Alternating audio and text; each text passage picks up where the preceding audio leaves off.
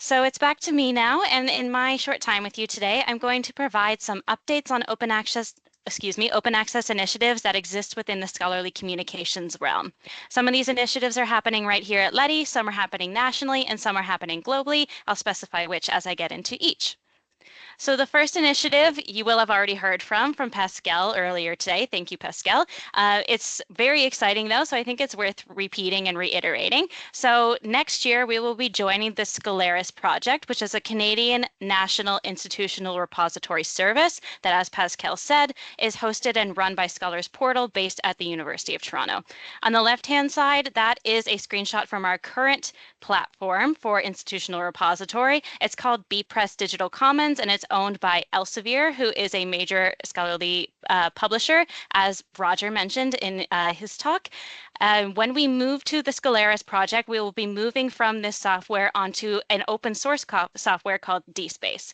So from my perspective, this move to Scolaris is particularly exciting, not only because we will have the support of the Scolaris team, but also because we'll be joining an open source platform and we'll be joining other institutions around Canada who are working towards putting their institutional repositories on this platform.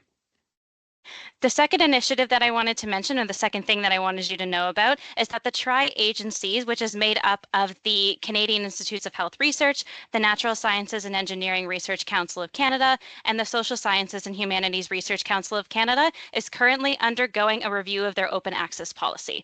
So the current open access policy from the Tri-Agency was published in 2015. Right now, it states that any publications that arise from research funded by any of the three agencies must be made available in an open access format within 12 months of its publication. That policy is currently being reviewed, and by the end of 2025, the Tri-Agency will require all publications funded by or that are a result of research that they have funded.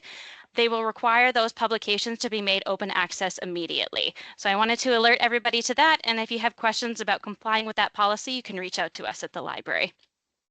Related to that, I also wanted to talk briefly about the Social Sciences and Humanities Research Council's Aid to Scholarly Journals grant. So this is a grant that the Leddy Library has promoted in the past. Essentially, this grant runs on a 3-year funding cycle, and it allows not-for-profit and kind of smaller journal teams to offset the costs that come with publishing their journal, so that quality research can still and continue to be published in these kind of smaller formats across Canada.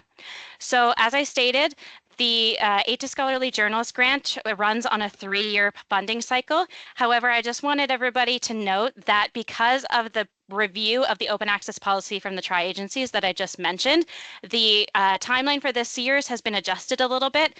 Initially, the funding cycle was supposed to begin in summer of this year, so summer of 2024, but because that review is happening, the next cycle will now start in summer of 2025. So if you're interested in maybe creating a journal like Grace did, or if you know any journal editors who are looking for financial support, I encourage you to direct them to any of these links or to ask us any questions to take advantage of this great grant.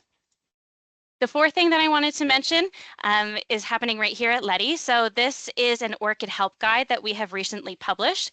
ORCID stands for Open Researcher and Contributor Identifier. And essentially what an ORCID profile is it's an online CV or a persistent identifier where a researcher can share all of the research, scholarship, and innovation activities that they do. So if you publish an article, if you publish a book, if you do peer review work, if you present at a conference, all of those types of things, you can put them into your ORCID record.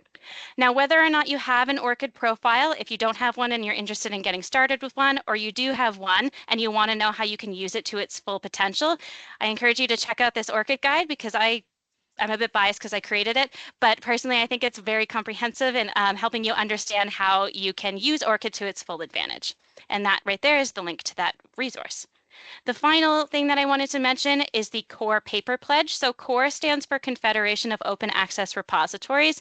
This came across our desk recently, and I think it's particularly exciting, especially for Open Access Week, because 2 years ago, in 2022, the theme for Open Access Week was Open for Climate Justice. So on the left-hand side of the slide there, we actually have a link to a LibGuide that Pascal and one of our previous co-op librarians created on climate justice, or open access climate justice. So I encourage you to check that out. But the paper pledge essentially is trying to get more climate research into open access formats so that we can collectively take action to help address the climate crisis. I encourage you to keep your eye out for more information on this. I think it's a really exciting initiative and one that I wanted you all to know about.